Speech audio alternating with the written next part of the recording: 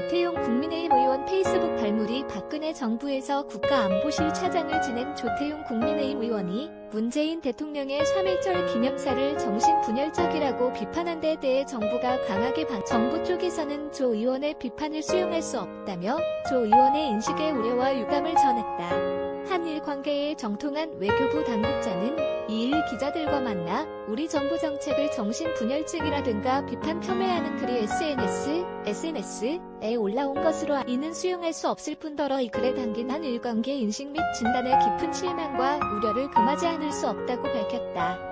이 당국자는 조 의원의 실명을 거론하지는 않았지만 한일 관계의 난해함을 몸소 체험했을 전직 고위 외교관 출신 인사들의 비판적 메시지 발신이 더욱 우려스럽다고 조 의원은 박근혜 정부 시절 한반도 평화교섭본부장을 거쳐 외교부 1차관을 지낸 정통 외교관 출신이다. 앞서 조 의원은 1일 자신의 페이스북에 유례없이 엄격한 대일 강경 기조를 제시하던 문 대통령이 갑자기 돌변했다며 기념사에서 우리 정부가 구체적으로 어떻게 하겠다는 것만 빼고 일본이 듣기 좋을 온갖 립서비스를 다했다고 썼다. 그러면서 최악의 한일 관계 속에서 한국의 대일 외교는 비굴해지고 있고 갈팡질팡 중심을 잡지 못하는 문 정부의 대일 외교에 대해 정신분열적이라는 비판이 나온다고 지적해 외교부 당국자가 정부 정책을 비판한 정치인을 브리핑에서 정면 반박하는 일은 드물다. 이른바 알만한 사람이 도를 지나쳤다는 정부 쪽 인식의 정신분열증이라는 표현에 대한 반발이 작용했다. 게다가 현 정부 입장에서는 흠결이 있다고 보는 2015년 한 일정부 간 위안부 합의 당시 청와대 국가안보실 1차장이었던 조 의원이